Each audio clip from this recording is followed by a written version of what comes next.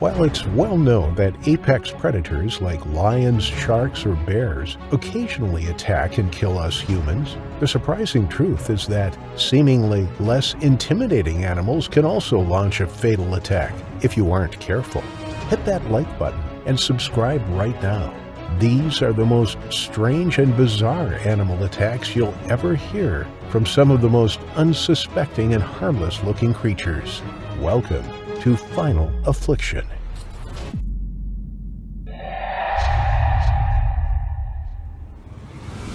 It was just another ordinary Wednesday morning in Moihu, a small community in northeast Victoria, Australia. Paul MacDonald, a 46-year-old farmer and loving husband, went outside to feed his pet deer, a cross between a red deer and an elk.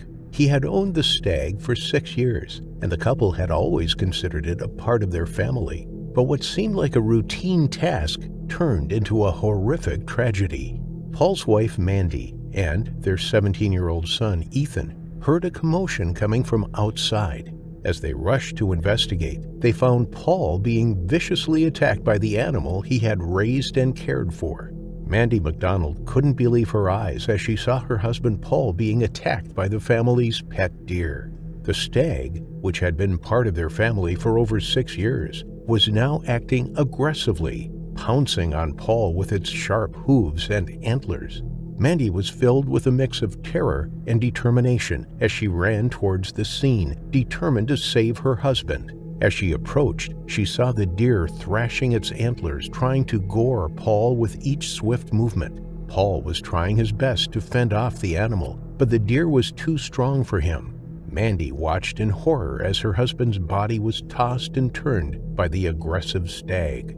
Despite the danger, Mandy refused to stand idly by and let her husband suffer alone. She sprinted towards the scene, determined to save her love from the dangerous animal. Mandy had to think quickly as she approached the stag. She didn't have a weapon, and the deer was in a frenzy. She decided to use her voice to try and distract the animal and save Paul. She screamed loudly, trying to startle the stag and draw its attention away from Paul. To her relief, the deer turned its gaze toward her, giving Paul a brief moment of respite, but the moment was short-lived as the stag shifted its focus to Mandy.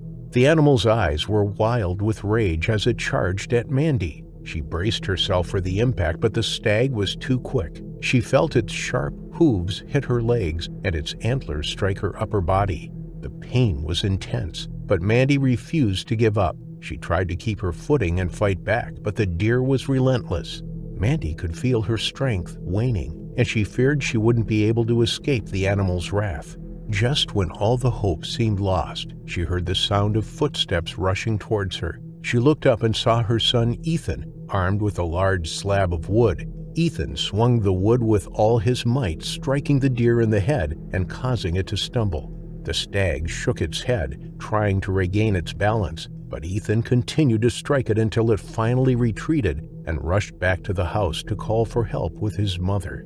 As the responding officers arrived at the scene, they were met with a frightening sight. In front of them stood the family's pet deer, towering over the fallen body of Paul MacDonald. The deer was acting aggressively, his massive antlers raised in a threat display as he guarded his prey. The officers approached cautiously, weapons drawn, trying to assess the situation and determine the best course of action. They could see that Paul was badly injured, with obvious wounds on his body, and they knew they needed to get to him as quickly as possible. But the deer was not willing to let them get close. He was agitated, snorting, and stamping his hooves, and the officers could see the wild look in his eyes.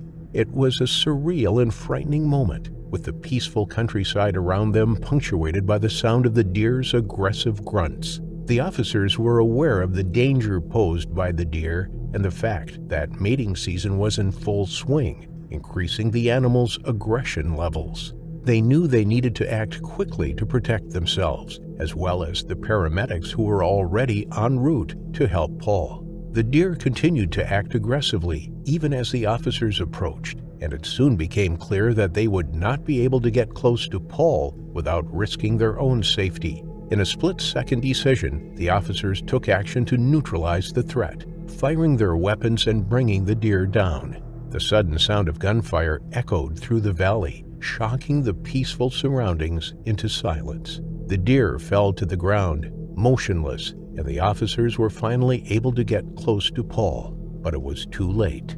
Despite their best efforts, the farmer could not be saved, and he was pronounced dead at the scene, the victim of an attack by his own pet deer. The officers remained on the scene, securing the area and assisting the paramedics as they arrived to attend to Mandy McDonald, who had been badly injured in her attempt to save her husband. The small community of Moihu was in shock, grappling with the tragic events that had taken place on their doorstep. And as the investigation into the attack began, the question on everyone's mind was how something like this could have happened, and what could have been done to prevent it. Deer experts had mixed reactions to the attack. Steve Garlick, chairman of the Deer Management Committee at the Australian Deer Association, was quoted as saying that deer are much less likely to attack anyone than they are to run away from them. However, others familiar with the stag species were not as surprised, given that the fall months are deer mating season. During this time, with higher testosterone levels, deer can become more aggressive. The attack has deeply affected the family, especially Paul's 19-year-old daughter, Gemma, who paid a touching tribute to her father. He did everything that a dad was supposed to do and taught us everything we need to know. Her mother remained in a critical condition at Melbourne's Alfred Hospital for over a month before miraculously making a full recovery. The attack by Paul's pet deer serves as a reminder that domesticating wild animals can be a dangerous and potentially deadly decision. Despite their alluring beauty and majestic presence, wild animals are not meant to be kept as pets. They are animals with instincts, behaviors, and physical attributes that are designed to survive in their natural habitats. When those animals are taken from their natural environment and kept in captivity, their natural instincts and behaviors can become unpredictable and dangerous, leaving its owner and the community at risk of meeting their final affliction.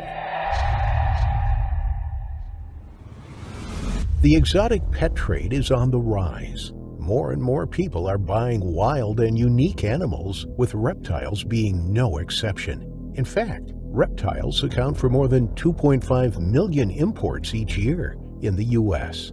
The mortality rate for reptiles from capture, transport, and arrival in the U.S. can be as high as 70%, but this doesn't stop some people from buying them.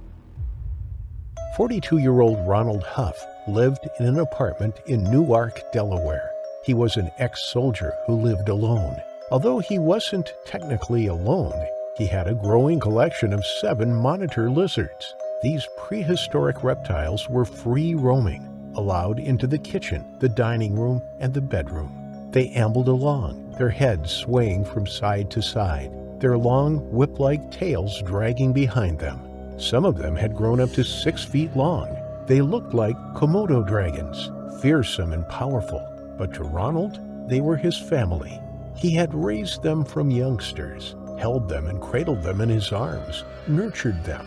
He bred cockroaches in his apartment to feed the lizards, a way of keeping costs down for his growing collection. He also tossed them pieces of raw chicken, which they gulped down without chewing. They were feisty. Each grappled with the others to get a bite. He was a quiet man, keeping himself to himself. He worked at Martin Oldsmobile in Newark and readily became animated when talking about his pet lizards. He was even known as Lizard Boy due to his passion for the venomous reptiles. Some days he would go into work sporting fresh cuts and grazes as the lizards occasionally bit him. He showed them off to his colleagues. It was all part of the life he had chosen when he took in the reptiles over the years. He was lucky that they were only minor bites inflicted by the lizards, and he was lucky that their venom wasn't enough to kill a man. But one day, his luck ran out. No one knows for sure what happened on January 16, 2002, but Ronald's neighbors, Jeff Wildonger, detected a smell filling his bathroom. It was coming in through the hollow walls from Ron's apartment and into his, a smell of rotting flesh, the smell of decay. Ronald hadn't been seen for days. The following is merely a suggestion of what could have happened to Ronald. It is a dramatization, and although it has happened before, no one knows for sure if this is how it played out this time. It was feeding time. Ronald walked over to his refrigerator and opened the door. The monitor lizards knew the routine. The sound of the fridge door opening induced the anticipation of food. Saliva filled their mouths as they eyed Ronald hungrily. He bent down to take out the tub of raw chicken. As he did so, one of the monitor lizards snapped at him. It caught him on the arm and drew blood. Ronald recoiled and jumped up. His startled reaction only spurred the others on. They were crawling around his feet. Some began to pull themselves up onto their hind legs, trying to climb up Ronald to reach the raw meat. Their excitement was dangerous.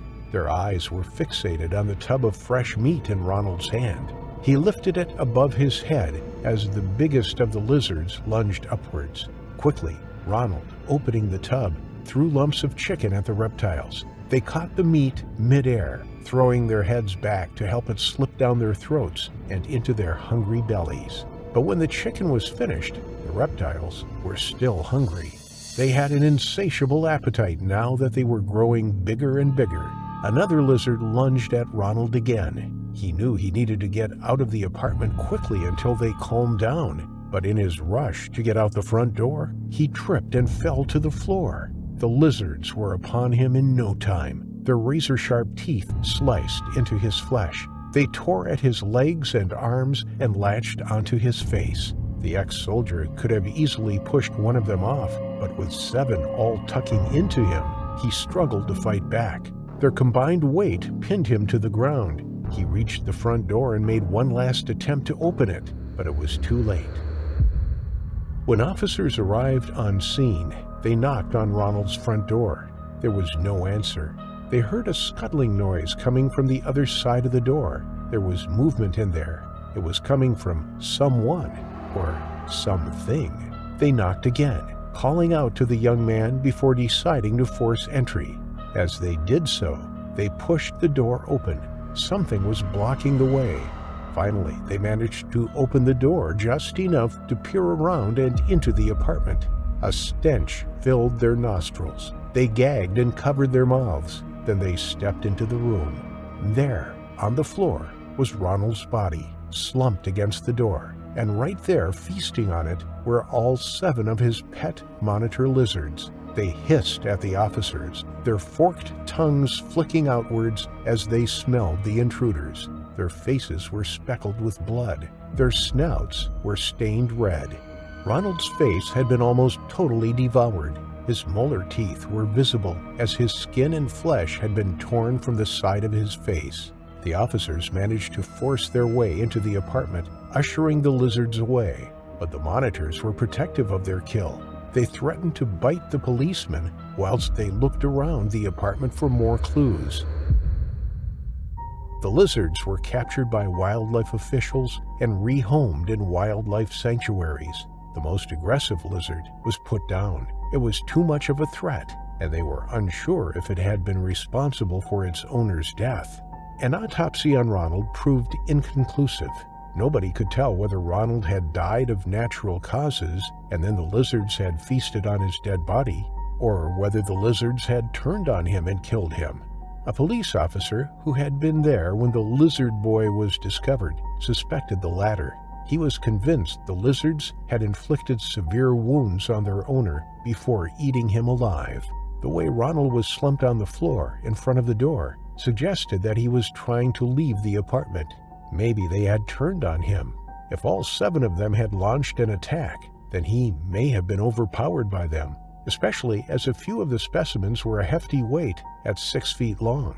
The evidence he had been attacked by them before, bearing the wounds for his colleagues to see, suggested that the lizards were aggressive towards him. Had the lizards he had nurtured for so long betrayed his trust? Had they finally turned on him? The answers are not clear, but this is a very real possibility, and attacks like this have been known to happen before. Keeping exotic animals may be interesting and exciting, but they come with their risks and purchasing these creatures is only going to fuel the illegal pet trade. Deep in the heart of the Brazilian wilderness, a peaceful fishing trip turned into a tragedy. On a warm Saturday afternoon, in a rural area of Brasilândia de Minas, a small municipality located about 600 miles northwest of Rio de Janeiro, Brazil, 3 friends decided to spend their day fishing at a lake. The trio, consisting of 2 middle-aged men and 1 30-year-old man, arrived at the lake and began setting up their gear. The day started out peaceful, with the friends chatting and laughing as they cast their lines into the water. However, unbeknownst to the men, their peaceful day was quickly about to take a dangerous turn for the worse. After catching several fish by the shoreline, they noticed a low, buzzing sound in the air. The sound grew louder and more intense until the 3 men were surrounded by a massive swarm of bees. The angry insects buzzed around their heads and bodies, their stingers ready to attack. The 3 friends realized they were in a dangerous situation. These bees happened to be Africanized honeybees, also known as killer bees, and are considered to be the most aggressive bees in Brazil. They are known for their highly defensive behavior and will attack in large numbers if they perceive a threat to their colony.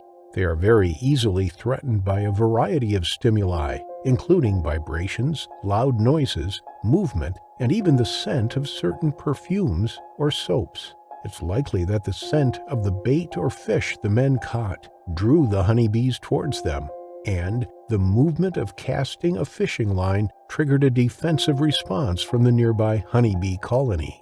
Panic set in as the bees started to swarm around them, stinging them relentlessly. The friends frantically tried to swat them away, but there were too many. The pain was intense, and they were getting stung all over their bodies. The 3 friends dropped their fishing rods and ran in different directions. The 30-year-old man, desperate to escape the painful stings, made a split-second decision and jumped into the lake. His 2 friends soon followed. Little did they know, the lake was home to a school of deadly piranhas. Piranhas are found in freshwater rivers and lakes in South America and are known for their voracious appetite, which can quickly turn them from a passive scavenger into a deadly predator. They feed on a variety of prey, including fish, birds, and even mammals, and are capable of stripping their prey down to the bones in just a few minutes. Despite their reputation, piranhas are not typically considered a threat to humans, but on this fateful day, they were. At first, the men took in a sigh of relief as the bees retreated after jumping into the lake. They were covered in huge welts, throbbing in pain from the bee stings, and the water temporarily soothed their skin.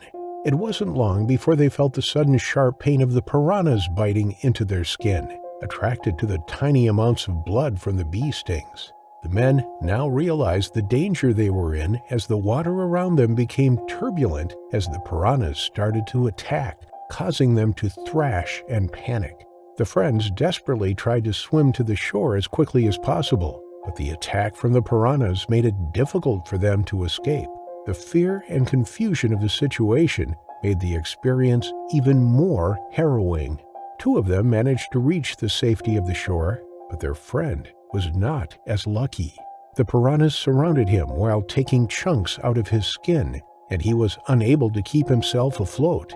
The other 2 tried to help, but it was too late. The man disappeared beneath the surface of the water, and his friends were unable to save him.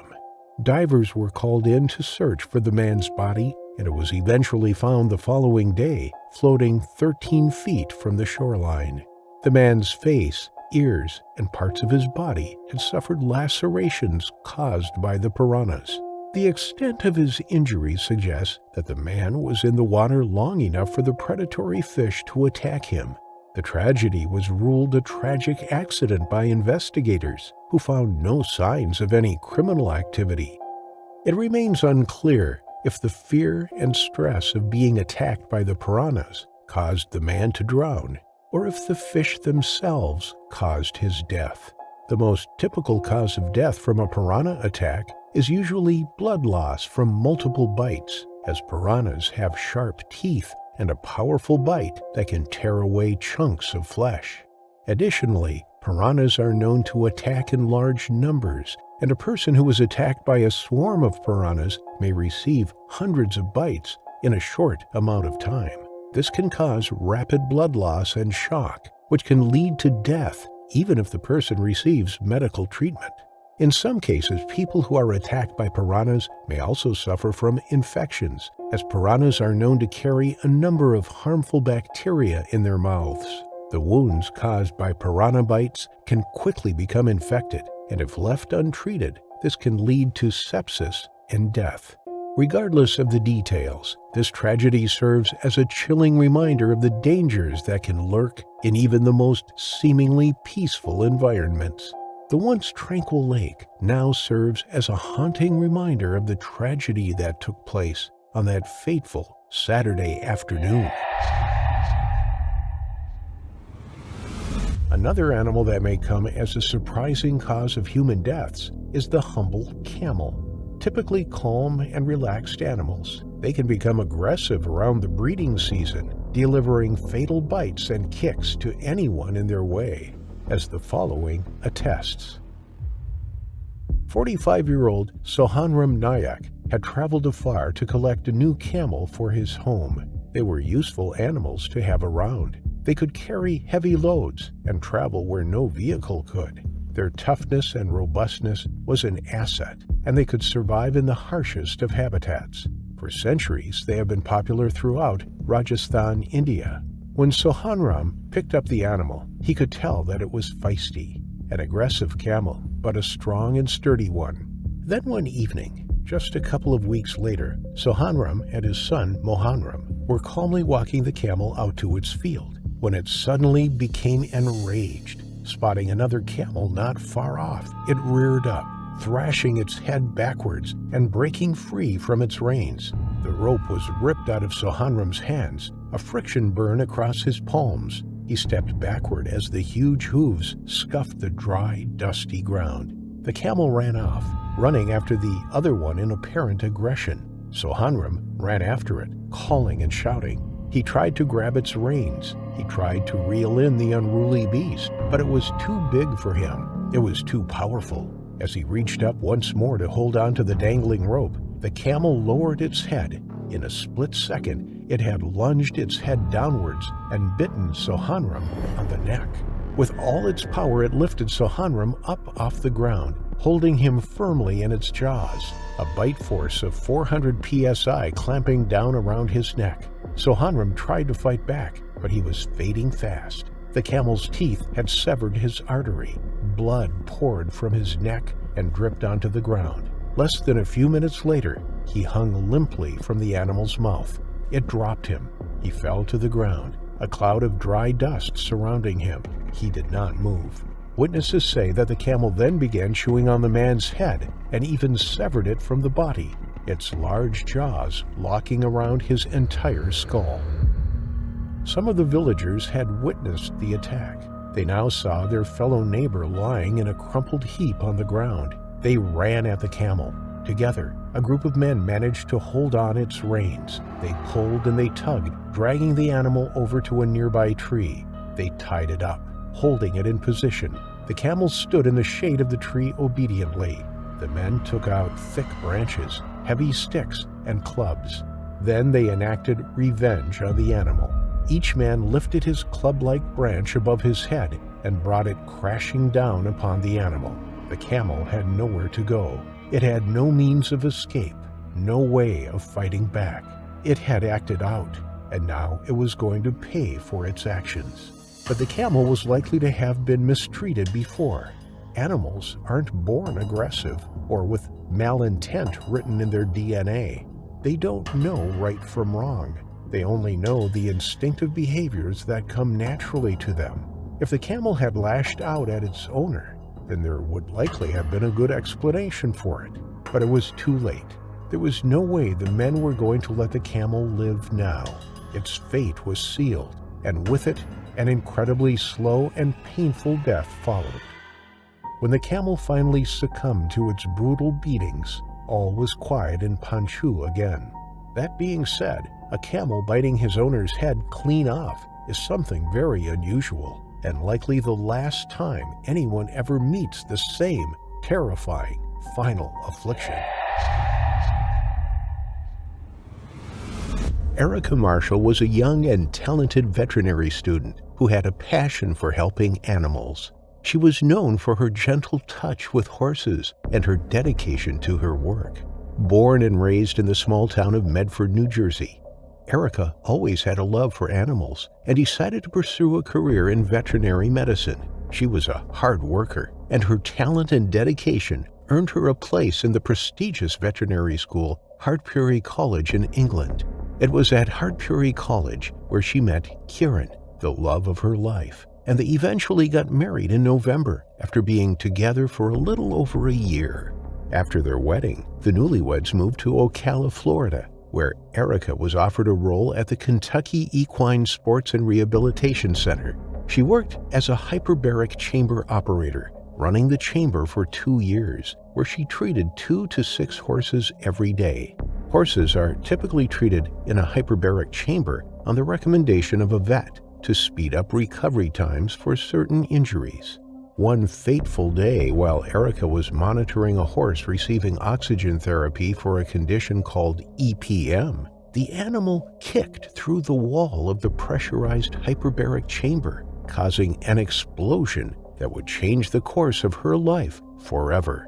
The horse was not sedated and had been in the chamber 4 times before with no previous issues, became spooked, and was kicking its steel-clad hooves to get out. The horse managed to kick through the padding inside the chamber to the outside metal wall, creating a spark when its metal shoes scraped along the wall. The spark ignited the pure oxygen, causing a huge explosion that killed Erica instantly.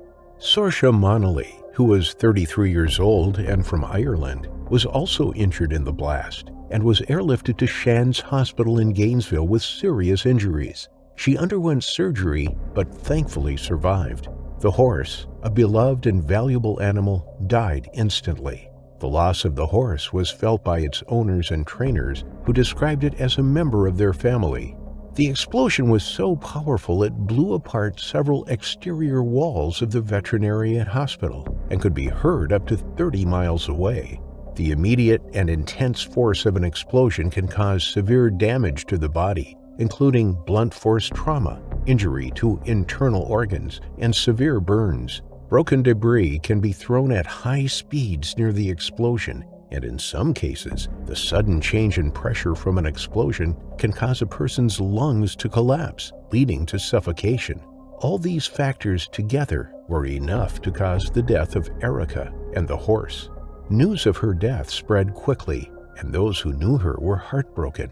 Her husband, who was working nearby at the time, was devastated. He remembered Erica as his soulmate and the love of his life. He said, "Erica had a way with animals that was truly magical. She was so gentle and kind, and the horses just seemed to trust her. It's a tragedy that she was taken from us so suddenly." As the equestrian community mourned the loss of Erica, questions were raised about the safety of pressure chambers in veterinary schools. It was revealed that the chamber where the explosion occurred had a history of malfunctions and had not been properly maintained. In response, Erica's husband filed a lawsuit against the veterinary school, seeking to hold them accountable for her death and to ensure that such a tragedy never happens again. The pressure chamber was a crucial part of the veterinary school's facility, and its closure following the tragedy had a significant impact on the local equestrian community. As the lawsuit made its way through the courts, the equestrian community came together to honor Erica's memory. They held a memorial ride in her honor, and many young, aspiring veterinary students were inspired by her passion and dedication to animals. Erica Marshall was more than just a talented and caring young woman. She was a shining light in the equestrian community. Her tragic death will always be remembered, and her legacy will live on through the animals she helped and the people she inspired. The lawsuit against the veterinary school serves as a reminder of the importance of safety and maintenance in such facilities, and it is hoped that it will bring about positive changes in the industry, ensuring that another tragedy like Erica's never happens again. The cassowary, native to the lush landscapes of Papua New Guinea, Indonesia, northeastern Australia, and the surrounding islands, is a magnificent bird. Standing at an imposing height of 6.5 feet and weighing upwards of 130 pounds, the cassowary is the second heaviest living bird, only surpassed by the ostrich. It's truly the closest living thing to a dinosaur. Despite its primarily herbivorous diet of fruit and seeds, the cassowary is not to be underestimated, as its aggressive side has earned it the reputation of being the world's most dangerous bird.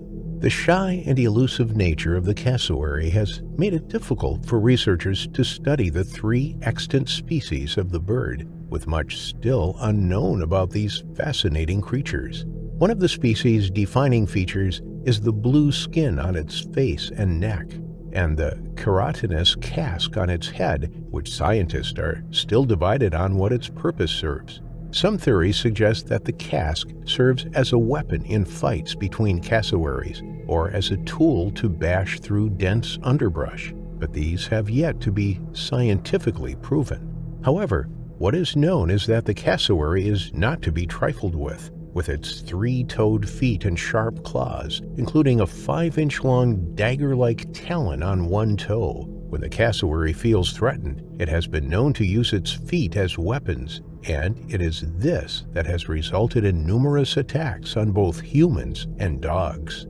During World War II, American and Australian soldiers stationed in New Guinea were warned to keep their distance from these birds, recognizing the threat they pose to human safety. A 2003 study found records of 221 cassowary attacks, with 150 of these attacks being against humans and the remainder against domestic dogs. In many cases, dogs have been killed as a result of these attacks, including a case in 1995 when a dog died from an intestinal rupture after receiving a kick from a cassowary. In 2012, a tourist in Queensland was kicked off a ledge into a body of water by a cassowary, but thankfully escaped unharmed. There are thankfully only a handful of fatalities from the legendary cassowary, the first being that of Philip McLean, and is truly terrifying. Philip, at the young age of 17, and his 14-year-old brother, Granville McLean, were out in Mossman, a sugarcane growing area in far north Queensland, searching for their horses, when they stumbled upon a horrifying sight. Their dog had become cornered by a large cassowary, the world's most dangerous bird. The dog was getting beaten up, and Granville rushed in to help, only to be kicked in the leg by the bird. Philip then attempted to protect his brother and the dog by attacking the cassowary with the horse bridle he was carrying. However, Philip's bravery proved to be fatal as he received a strike to the neck from the bird's 5-inch-long talon. Despite being injured, Philip ran towards home, but only managed to make it 200 yards before collapsing from the loss of blood. Tragically, Philip died from his injury, making him the first known human fatality from a cassowary attack. Thankfully, his death wasn't in vain, as his bravery undoubtedly saved his poor dog's life at the cost of his own. The attack on Philip McLean is a cautionary tale of the unpredictable and aggressive nature of cassowaries, even to those who approach them without any intention of harm. The lack of research into the species has resulted in a lack of understanding of the true nature of these creatures and why they exhibit aggressive behavior in certain situations. Whether you are a scientist, a tourist, or a resident in the cassowary's range, the respect and caution that should be afforded to these magnificent creatures should not be underestimated, or you too could find yourself meeting an untimely final affliction. The Gulf of Mexico is a picturesque body of water that boasts breathtaking scenery and crystal clear waters.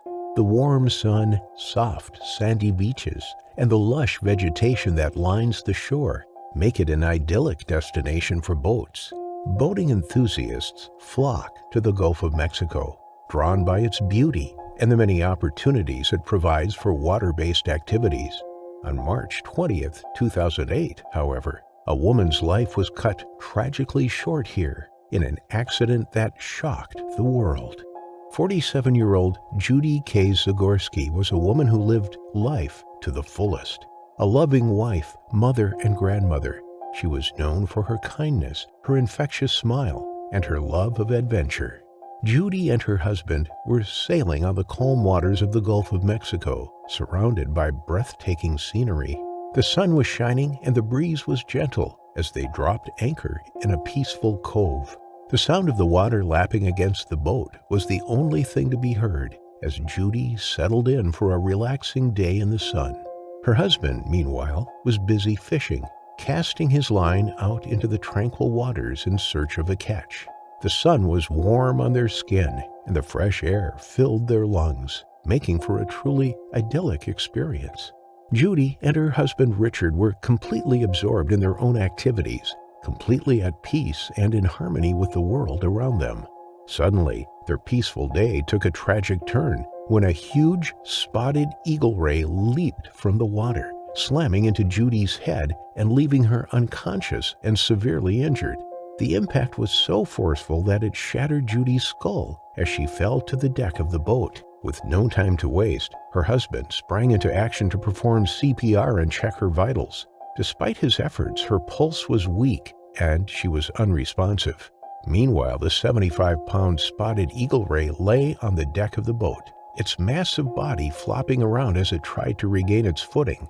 Despite the chaos around him, Judy's husband remained focused on his wife, trying to revive her and praying for a miracle. With the beautiful surroundings of the Gulf of Mexico seemingly a million miles away, all that mattered was Judy's life and her husband's desperate efforts to save her. Despite his best efforts, however, the clock was ticking and time was running out. With each passing moment, the reality of the situation became clearer. The once peaceful day on the water had taken a terrifying turn, and Judy's life was in grave danger. Starting the boat's engine, he rushed back to shore. With his phone battery dead, he frantically searched for someone who could call for help. Luck was on his side when a kind stranger offered to use their phone to call an ambulance. The ambulance arrived within minutes and rushed Judy to the hospital. The medical team worked tirelessly to save her, but her injuries were too severe and she passed away. Judy's husband was left to pick up the pieces, grappling with the sudden loss of his beloved wife. Spotted eagle rays jumping out of the water is a relatively rare occurrence. In most cases, eagle rays prefer to swim close to the ocean floor and avoid jumping out of the water. However, in some circumstances, such as attempting to escape a predator, such as a shark, they may jump out of the water. It's possible that the spotted eagle ray jumped out of the water as a result of being startled by the proximity of Judy's boat. The ray may have mistaken the boat for a predator, such as a shark, and jumped out of the water in an effort to escape. The death of Judy K. Zagorski was a tragedy. She was a woman who lived life to the fullest and was taken too soon. She will always be remembered as a loving wife, mother, and grandmother, and a woman who brought joy and happiness to everyone she met. Her husband Richard was deeply affected by the trauma of the accident, and in an interview, he spoke of the sound of the impact and the sight of his wife's broken body, images that would stay with him forever. The images of his wife's tragic final affliction. Under the starlit sky of Quebec, near Ottawa, the rural Highway 148 was usually a peaceful road, but on this fateful night, it was about to witness a scene of horror. As two vehicles approached each other, the stillness of the night was disrupted by a tragic and bizarre event. A Pontiac Sunfire driven by two unnamed men, ages 19 and 23, were driving down the road when a young 300-pound black bear suddenly appeared out of nowhere and walked in front of the car. The The driver tried to swerve and avoid the bear, but it was too late. The Pontiac Sunfire's aerodynamic design, which was lower to the ground, propelled the bear into the air and into the path of an oncoming Nissan Pathfinder like a speeding bullet.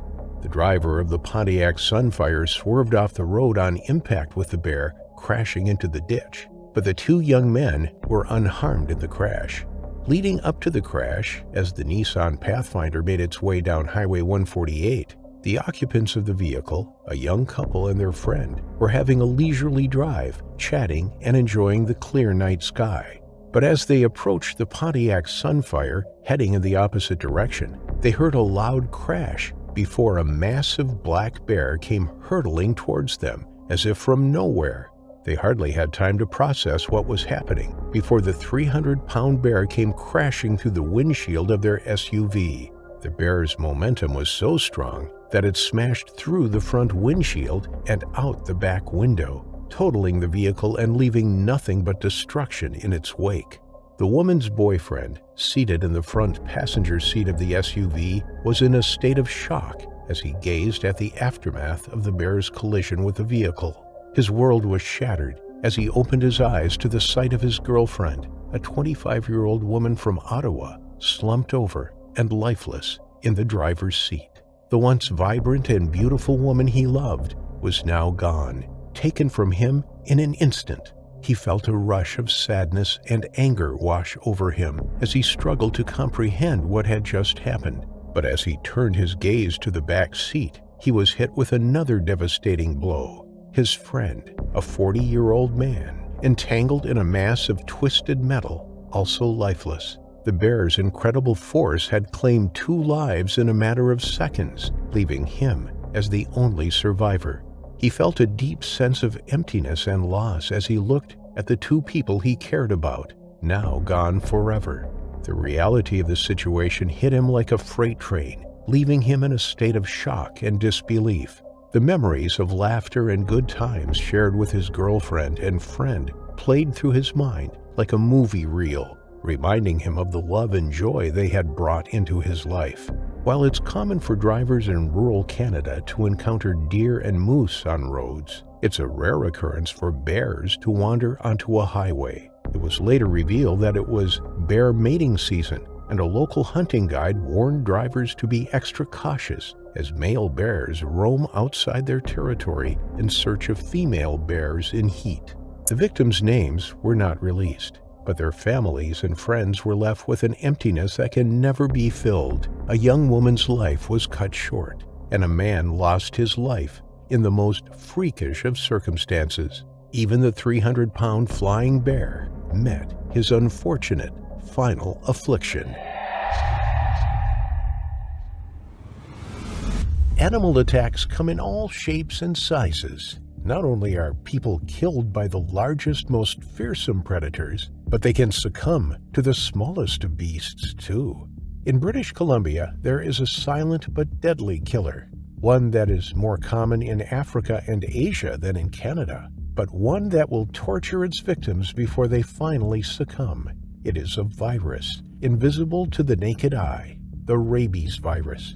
It has been eliminated from domestic dogs and all wild animals in British Columbia except for bats. Bats are still carriers of the disease.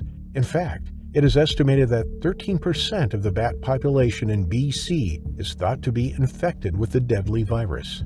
Taekwondo instructor Nick Major was driving home from Tofino on Vancouver Island when he pulled his car over to the side of the road. It was broad daylight. As he paused in his car momentarily, a bat flew at him. Nick just spotted a fleeting glimpse of the tiny flying mammal as it struck his hand. He swatted it away, not giving the chance encounter a second thought. He drove home.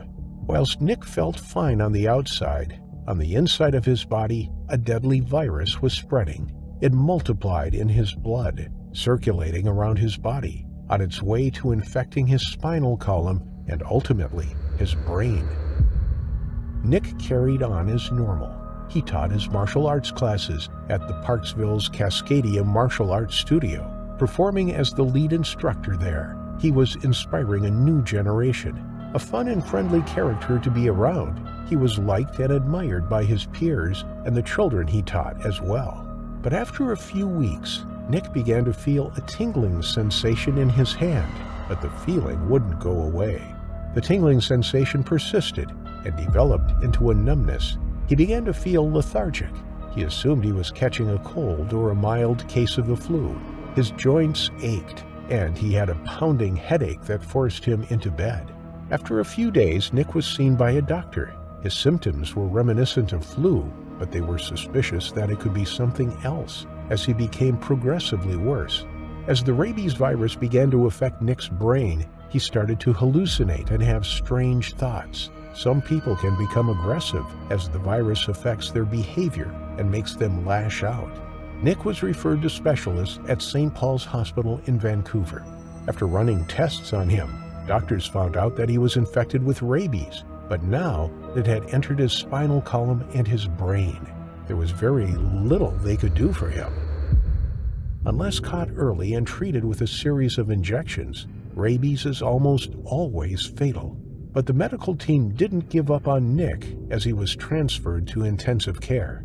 His body began convulsing, his muscles spasmed, and he had an intense fear of water. As muscle spasms in his throat took hold, he had a terrifying fear of choking, hydrophobia, a symptom typical of rabies victims. Whilst in intensive care, Nick developed a condition known as myelitis. It caused inflammation of his spinal cord and the lower part of his brain. He was placed on life support to help him breathe as his lungs were filling with fluid. Tragically, this didn't work. The virus had spread too quickly. It had grabbed hold of Nick from the inside out, and whilst doctors tried everything to save him, on the 13th of July, 2019, he died in his hospital bed. It had been just 6 weeks since he had a brush with the bat, a completely random incident that had cost him his life. Most bats are so small that being bitten by one goes unnoticed. You may not even feel the teeth break your skin, and the cut may be nearly invisible, but it only takes the saliva of one infected bat to come in contact with you, and the virus can be passed on. Nick was the first person to die of rabies in British Columbia since 2003. The loss of Nick was a huge shock for the local community. He was a big part of people's lives, and many parents only hoped their young sons could grow up to be like Nick, an inspiring young man with a heart of gold who tragically left this world too soon by the horrible disease known as rabies, one of the most terrifying ways to meet your final affliction.